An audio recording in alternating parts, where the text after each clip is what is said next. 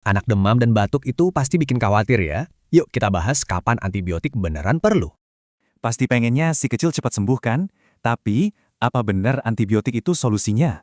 Nah, ini nih mitos yang paling umum. Katanya antibiotik itu obat dewa. Padahal ini bahaya loh. Batuk pilek biasa itu kebanyakan gara-gara virus. Nah, antibiotik itu jagonya lawan bakteri, bukan virus. Jadi kalau dikasih ke virus, ya nggak mempan, malah bisa jadi bahaya. Bahaya gimana sih? Lihat deh data Kemenkes ini. Ngeri ya, 41% antibiotik dibeli tanpa resep dokter. Gara-gara ini muncul masalah besar, resistensi antibiotik. Bakterinya jadi kebal, makin susah diobati. Angkanya bikin merinding. Di 2019 aja ada 133 ribuan kematian terkait ini. Oke, jadi kalau bukan batuknya, apa dong yang harus kita waspadai sebagai orang tua? Kita harus waspada sama pneumonia. Ini salah satu pembunuh utama anak-anak di bawah 5 tahun.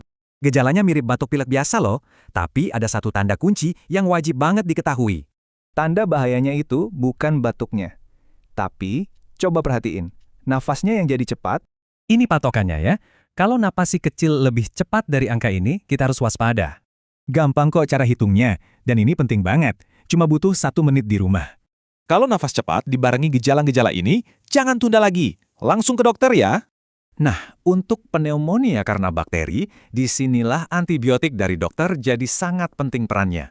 Biar antibiotik tetap sakti, kita harus pakai dengan benar. Gimana caranya? Ini aturan mainnya. Intinya, peran kita sebagai orang tua itu krusial banget. Pengetahuan kita bisa menyelamatkan nyawa. Jadi ingat ya, ancaman terbesarnya bukan dari suara batuk, tapi dari kecepatan napas anak.